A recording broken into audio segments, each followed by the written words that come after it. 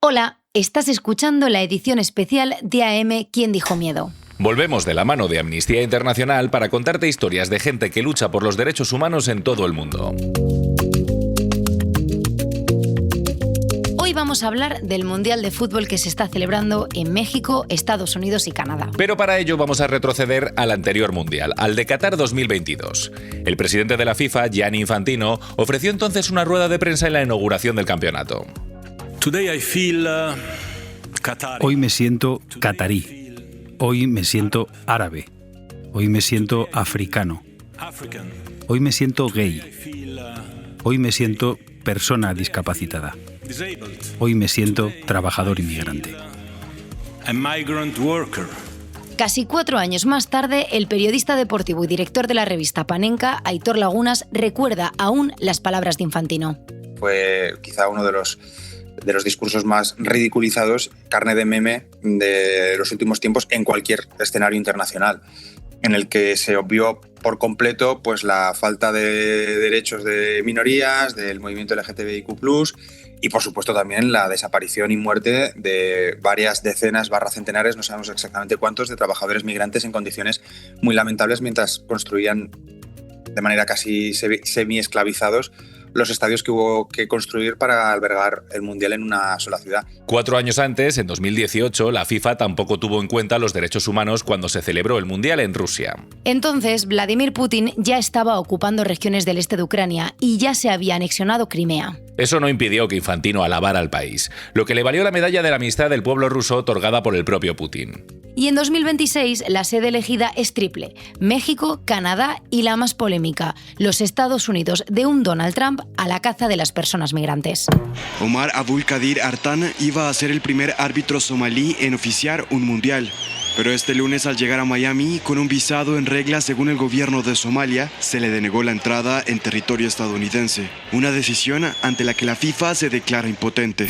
Pero yo creo que precisamente este Mundial lo que nos ha servido es para darnos cuenta de que el fútbol no tiene defensas en contra de quienes pretenden usarlo, manipularlo, comprarlo y utilizarlo como un juguete. Creo que ni siquiera está identificando que necesita dotarse de defensas. Y por lo tanto está al albur de que aparezca gente como Donald Trump. Y es más, no solamente no tiene defensas contra estos oligarcas, autócratas, intereses económicos y políticos de la más sombría condición, sino que encima les baila el agua, les hace el juego. Yo soy Conchi Gil. Y yo, Andrés Moraleda. Empezamos. ¿Quién dijo miedo? Capítulo 8. Mundial de Fútbol, Derechos Humanos en venta. Parece claro que el mundo del fútbol trasciende lo meramente deportivo, pero no es algo nuevo, lo es desde sus inicios. Yo creo que la FIFA siempre ha sido un poco un paradigma y hasta cierto punto una adelantada de la politización y mercantilización del fútbol, desde fecha tan temprana como por ejemplo en 1934, cuando se le asigna un par de años antes a la Italia de Mussolini la organización del segundo mundial, el primero en tierras europeas. El balón corrió en mitad de una dictadura en Italia, que curiosamente ganó el torneo. Pero no sería la única. 44 años después, también rodó en otro régimen dictatorial, esta vez en la Argentina de Videla. Hoy es un día de júbilo para nuestro país, la nación argentina. En el año 78 no hay ningún tipo de problema por parte de la FIFA que preside Joao Blanch en conceder y organizar el Mundial en la Argentina de la dictadura militar, con centros de detención horrendos a pocos metros del Estadio Monumental de River, en donde se disputa, entre otras, la final. Como pasó en Italia, el país organizador, en este caso Argentina, ganó el Mundial celebrado en su dictadura. Tan solo 4 años después, el torneo se jugó en una España con una democracia aún en ciernes. Porque recordemos que aunque el Mundial del 82 se juega con las libertades recuperadas, se le había concedido a una federación española en tiempos de la dictadura del general Franco. Cuando se jugó, Franco ya no vivía y España no ganó su Mundial. La vencedora fue Italia. Política, economía y fútbol siempre han ido de la mano. No es algo nuevo, pero parece que últimamente se aprietan más fuerte. Sonia Lux es periodista deportiva de la cadena SER. El fútbol nunca ha sido solo fútbol. Siempre ha habido política y dinero. Lo que pasa es que ahora todo eso es mucho más evidente porque hablamos de una industria gigantesca.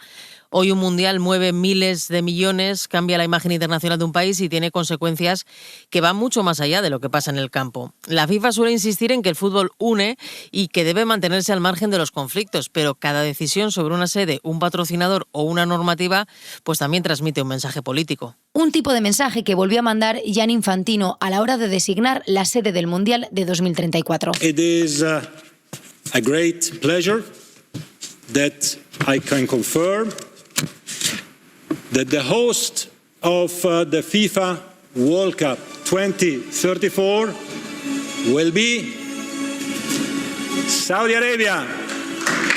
Mabruk, Mabruk to our friends in Riyadh.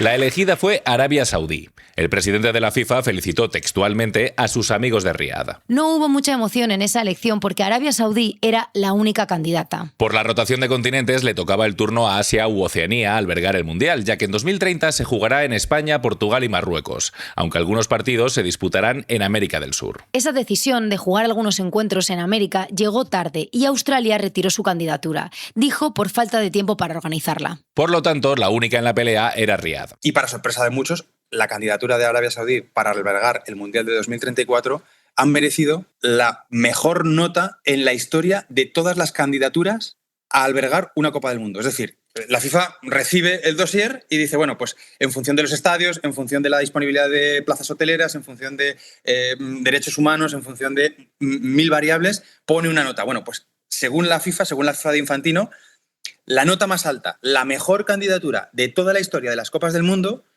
la ha presentado una Arabia Saudí a la que se le vaticina o de la que se valora un riesgo medio de quiebra de derechos humanos, lo cual reta cualquier tipo de valoración de cualquier tipo de organismo como por ejemplo Amnistía Internacional. Una organización que acusa al régimen saudí de utilizar el deporte, no solo el fútbol, para lavar su imagen de continuas violaciones de derechos humanos. Es lo que se conoce como sportwashing. Yo creo que es el mejor ejemplo de cómo la FIFA concretamente no ha sido capaz. Al revés, no es que no haya sido capaz de luchar contra el sportwashing, sino que lo ha promovido, lo ha abrazado y se ha convertido en un monstruo comercial gracias básicamente al sportwashing, ¿no? Parece que está descubriendo en los últimos años la fuerza del fútbol para blanquear regímenes más que discutibles.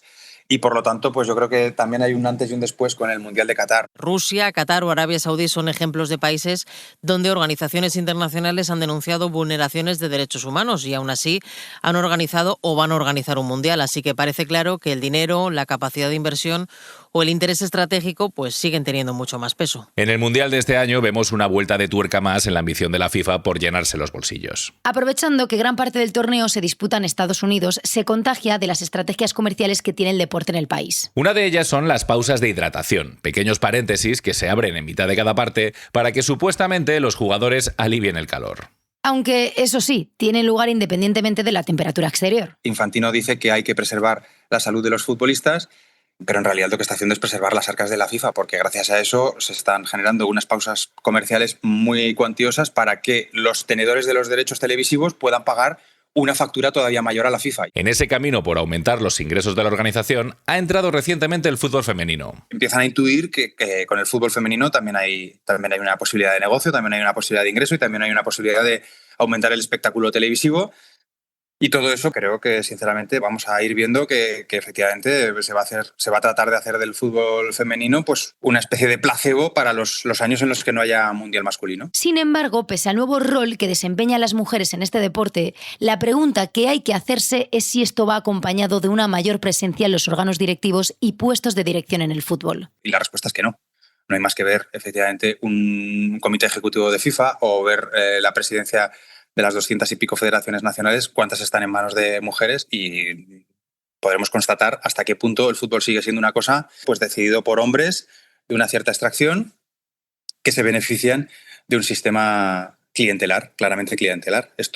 Básicamente, esto es la FIFA. Más allá del negocio, el despegue del fútbol femenino ha puesto en evidencia las carencias sociales del masculino. El fútbol femenino creo que representa una oportunidad muy interesante porque ha crecido con una agenda mucho más vinculada a lo social, a la igualdad, la inclusión o la reivindicación de derechos. Las futbolistas han sido altavoz de los problemas de las mujeres en la sociedad y no han tenido ningún problema, ningún miedo al hablar de discriminación, conciliación, racismo o incluso diversidad sexual. Tienen sus propios problemas, pero sí que es verdad que el fútbol femenino ha mostrado una mayor disposición a entender el deporte como una plataforma de transformación social, además de una competición. Y esa transformación social ha pasado por la visibilización de la comunidad LGTBIQ+ en el deporte. En el fútbol femenino esa diversidad se ha vivido con mucha más naturalidad desde hace años. Hay referentes visibles y eso hace que las nuevas generaciones pues, se encuentren en un entorno mucho más abierto. Sin embargo, en el masculino, el futbolista del colectivo sigue estando dentro del armario. Siempre ha sido un reducto de la masculinidad. Cuando todavía no hablábamos de masculinidad tóxica, era un reducto de la masculinidad, y ahora que ya afortunadamente entendemos que hay diferentes maneras de entender la masculinidad, pues probablemente sigue siendo uno de los resortes que le cuesta más soltar a esa manera de entender el hecho de ser varón, ¿no? Aunque esto está aún lejos de cambiar, para Sonia Luz alguna ventana se está empezando a abrir. Hay un componente de tradición y de estereotipos que cuesta romper, aunque cada vez hay más voces dentro del propio fútbol que reclaman un deporte donde nadie tenga que esconder quién es para sentirse seguro. Una de esas voces es la del futbolista del Betis, Héctor Bellerín. Recientemente fue muy claro en el programa Cara al Show en La Sexta. Cuando los jugadores que no se consideran heterosexuales van pasando las categorías, cada año se van saliendo porque son espacios que no son seguros. O sea, tú en un vestuario de infantiles, de cadetes... O sea, el fútbol expulsa al mariquita. Sí.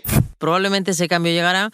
La cuestión es cuándo, porque en el fútbol masculino todavía pesa el miedo a la reacción en las gradas, en las redes sociales, en algunos vestuarios o incluso en determinados mercados internacionales. En ese sentido, dice Aitor Lagunas, está la clave del verdadero futuro del fútbol y su relación con regímenes autoritarios y que violen los derechos humanos. La pregunta es si los jugadores, si las aficiones, si los medios de comunicación son capaces de darle la vuelta a este intento de sportwashing. Porque tenemos un ejemplo muy claro. En la última Vuelta Ciclista hubo un intento de sportwashing y hubo un efecto contrario, hubo un sportwashing invertido. Es decir, aquellos que pagaron para mejorar la imagen de un país, en este caso Israel, pues acabaron viendo cómo se les daba la vuelta gracias a la reacción popular. Manifestantes pro-palestinos irrumpieron abruptamente la Vuelta Ciclista a España durante su última etapa en Madrid, provocando la suspensión anticipada de la competición. Tras varias jornadas de protestas contra la presencia del equipo israelí, Israel Premier Tech, pues yo creo que esta es un poco la tarea que le queda también no solamente a algunas federaciones de fútbol que son críticas con Infantino, sino sobre todo a los aficionados, a los medios de comunicación que denuncian y a algunos jugadores que también empiezan a preguntarse por qué ellos tienen que formar parte, por qué ellos tienen que hacer un poco de invitados no deseados en una fiesta para mayor gloria de regímenes absolutamente execrables. Gracias por escucharnos. Si te ha gustado, mándaselo a alguien que creas que le puede interesar. Nos ayudará mucho. Muchas gracias. Compártenos. Eso puede ser tu activismo de hoy. Porque recuerda, ¿quién dijo miedo? Dirección, guión y entrevistas, Edu Marín. Locución, Conchi Gil y Andrés Moraleda. Diseño sonoro, Dani Gutiérrez. Música original, Bianca Muy. Producción ejecutiva, Ricardo Villa.